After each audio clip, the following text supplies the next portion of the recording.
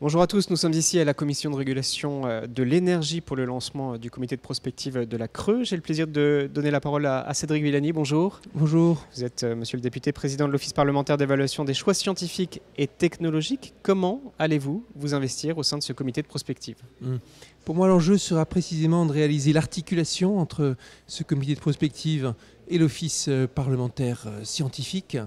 Il y a beaucoup de sujets sur notre ordre du jour à l'Office et l'énergie est un sujet tellement complexe qu'il va être important d'être à l'écoute de tous les acteurs. Alors le comité de prospective va essayer d'éclairer le choix du gouvernement, du Parlement. Quelles sont les évolutions possibles, les tendances lourdes concernant le marché de l'électricité et du gaz naturel notamment ? Les tendances en cours habituelles, on va les voir continuer sur leur lancée, sauf qu'il y a beaucoup d'interrogations, en tout cas en ce qui me concerne, sur les possibilités qui sont apportées par les nouvelles technologies de l'information, les programmes en cours par rapport pour l'électricité. On sait bien que Enedis est en train d'effectuer le déploiement de Linky. Est-ce que cela va pouvoir être utilisé pour permettre des effacements, des économies ? Je pense que de la façon de s'approprier ces nouvelles informations va découler possiblement des tendances importantes.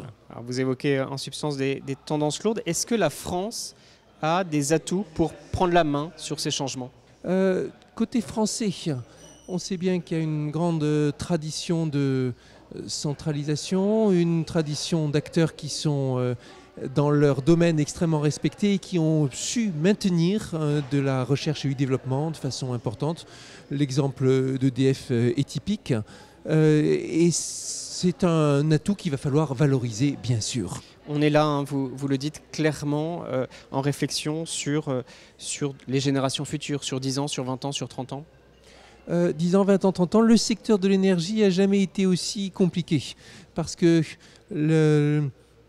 l'avenir de très long terme est impacté par les décisions que nous sommes en train de prendre maintenant. Les décisions se mettront en œuvre non seulement sur un plan technique, mais aussi sur un plan culturel quand il va s'agir de comportement.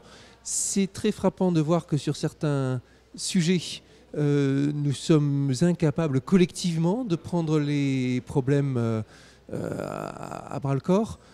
Un sujet d'actualité, parce que nous avons eu des auditions tout récemment là-dessus à l'Office parlementaire scientifique, c'est la question de la rénovation thermique des bâtiments qui fonctionne extraordinairement mal. Je veux dire que ce qui a été réalisé en termes de performance à l'échelle nationale est une petite fraction de ce qui était espéré. On sait que c'est un secteur sur lequel les marges d'économie d'énergie sont considérables, mais pour l'instant, nous sommes incapables de les exploiter. Il faudra donc être très vigilant. Merci beaucoup, Cédric Villani, pour cet échange.